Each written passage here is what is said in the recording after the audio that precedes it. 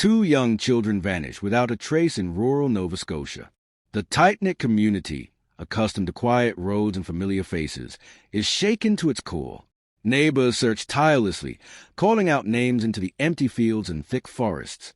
Volunteers comb every trail, flashlight beams cutting through the darkness, hearts heavy with worry and dread. The search is exhaustive, stretching into hours, then days, then weeks. Every corner of the town is examined, every tip logged, every lead chased, and still nothing. The investigation intensifies. RCMP officers canvass homes, review security footage, interview friends, family, and acquaintances, piecing together a timeline that seems to grow more complicated by the hour. Every detail matters. Every inconsistency becomes a thread, pulling at the fabric of the story the community thought they knew. But what if the most shocking revelation isn't buried somewhere in the woods? What if it didn't come from the trails, the lakes, or the shadows between the trees? What if the truth, the horror, the question that would shake Nova Scotia to its core, came not from the outside world at all, but from within the walls of the children's own home? Because in cases like this, the obvious path isn't always the one that leads to the truth.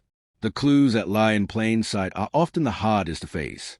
The silence that fills a home after a disappearance can speak volumes if you're listening carefully enough. Neighbors would later recall the eerie stillness of that house in the hours following the children's disappearance. The doors remained closed, the windows dark, and yet, somewhere inside, decisions had already been made. Plans had already shifted. And the most unsettling question of all began to emerge. Could someone the children trusted, someone sworn to protect them, actually be at the center of this mystery? The thought alone sent a ripple of unease through the town. Friends, family, and investigators alike struggled to reconcile what they knew with what they feared might be true. And as the search continued, that one haunting question lingered over every step, every interview, every corner of Nova Scotia. What if the nightmare wasn't lurking in the woods at all? What if it was hiding in plain sight, waiting for the world to uncover it? On May 2nd, 2025, a day that began like any other in the quiet community of Lansdowne Station, 6-year-old Lilly and 4-year-old Jack Sullivan vanished from their family home on Gairloch Road, Pictou County. It was a rural stretch of Nova Scotia where neighbors know each other's routines, where the mornings are often filled with the sounds of birds, distant tractors, and the occasional passing car. But that morning, an unsettling silence would settle over the Sullivan property, a silence that would soon ripple across the entire community. At the time the children were last seen, their mother, Malahia Brooks-Murray, and their stepfather, Daniel Martell, were asleep in the house with their baby. The older children, normally energetic and loud, had simply disappeared. No cries, no doors slamming, no indication that they had left of their own accord. By 10 a.m., the unsettling truth became undeniable. Lilly and Jack were gone. The realization sent immediate shockwaves through the family and their neighbors. Doors were checked, rooms were searched, backyards combed, and familiar hiding spots inspected. But nothing. No sign of the children, no footprints, no toys left behind, no trail leading out of the property. Just the empty spaces where their laughter should have been. What should have been a simple, quiet morning in a small Nova Scotia town quickly transformed into a nightmare.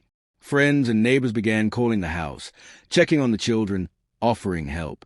The peaceful streets and familiar surroundings now felt foreign and threatening, a reminder that something inexplicable had occurred, and that 2 innocent lives were suddenly unaccounted for.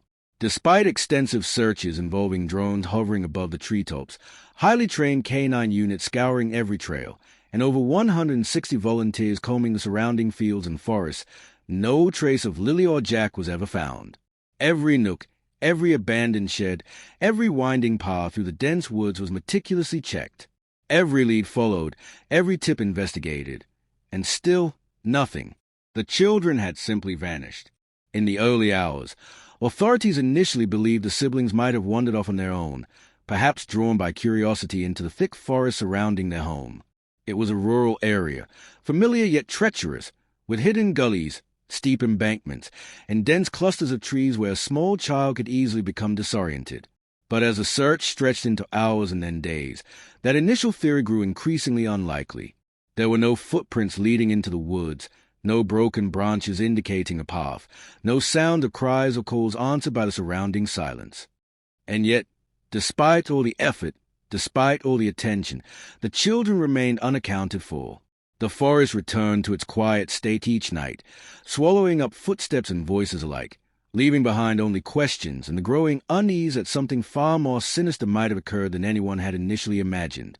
The revelation of CPS involvement has ignited a storm of discussion across the country. Online forums, social media platforms, and community groups are overflowing with speculation, theories, and concerns, each one adding another layer to an already complex case. People are dissecting every detail, the timeline of events, the prior assessments, the unexplained gaps in the children's last known movements, searching desperately for answers that seem just out of reach. Some users are zeroing in on the circumstances leading up to the disappearance, analyzing what might have happened in the hours before Lilly and Jack were last seen. They debate the possible influence of CPS visits, the parents' daily routines, and even the family dynamics at play. Every post, every comment becomes a micro-investigation, a way for the public to piece together fragments of a story that authorities have only partially revealed. Others express shock and disbelief over the fact that an Amber Alert was never issued. Questions abound. Why was there no immediate public warning? Could an early alert have changed the outcome? Why did such a high-profile disappearance, involving 2 young children in a small community, not trigger the province's emergency notification system? For many, this omission adds a sense of frustration and mistrust toward the authorities, deepening the emotional intensity surrounding the case. The online discussion isn't just idle chatter. It reflects a broader societal unease. People are grappling with the idea that children could vanish or completely in a rural, tight-knit area under the watch of both family and social services. Parents voice fear for their own children. Neighbors replay what they remember seeing that day, questioning whether they miss a clue or overlooked something vital. Social media becomes a virtual town hall where the public demands answers, justice, and accountability. As the threads multiply, so does the pressure on law enforcement. Every post and theory online becomes a potential tip, a lead to follow, a perspective to consider. But while the debate rages, the children remain missing, and the silence of their absence grows heavier with each passing hour. The combined weight of community concern, online speculation, and unanswered questions creates an atmosphere thick with tension, one that mirrors a deepening mystery of what truly happened to Lilly and Jack. This public scrutiny also highlights a disturbing truth. In cases like this, the gaps in official information leave space for fear, suspicion, and outrage to flourish. The questions are simple, yet profound. Were there signs authorities overlooked? Did prior assessments by CPS provide hints that were never fully explored? And most importantly, could the answers to these questions finally lead investigators to the children, or reveal something far darker than anyone expected? The conversation continues, with every new post, every shared theory, and every online discussion thread, keeping the story alive in the public consciousness. In the absence of definitive answers, speculation fills a void, but it also keeps the case in the spotlight, reminding authorities, the media, and the community that Lilly and Jack are still missing, and that the search for truth is far from over. Despite the many challenges, the RCMP have pressed forward relentlessly, determined to piece together the events surrounding Lilly and Jack's disappearance. Investigators have conducted interviews with over 54 individuals connected to the case, family members, neighbors, friends, and even casual acquaintances who might have seen something out of place. Some of these interviews have included polygraph tests designed to assess the truthfulness of each statement, adding another layer of scrutiny to an already painstaking process.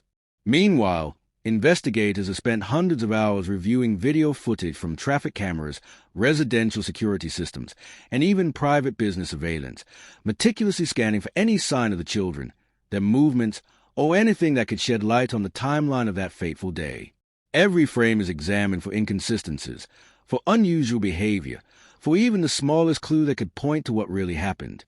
Alongside video reviews, numerous tips from the public have been assessed. People from across the region and beyond have come forward, sharing information, some seemingly trivial, others potentially significant.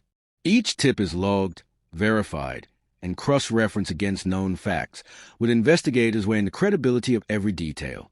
And yet, despite the thoroughness of these efforts, authorities are being careful in their public statements.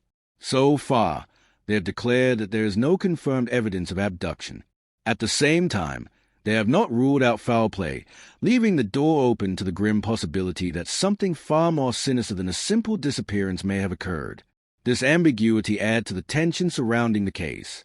Without concrete answers, the community and the public are left to grapple with uncertainty. Every new revelation, every small piece of information, becomes magnified, fueling speculation and deepening the mystery. And while the RCMP continue their painstaking work behind the scenes, the questions linger. Where are Lilly and Jack? What really happened in those final hours?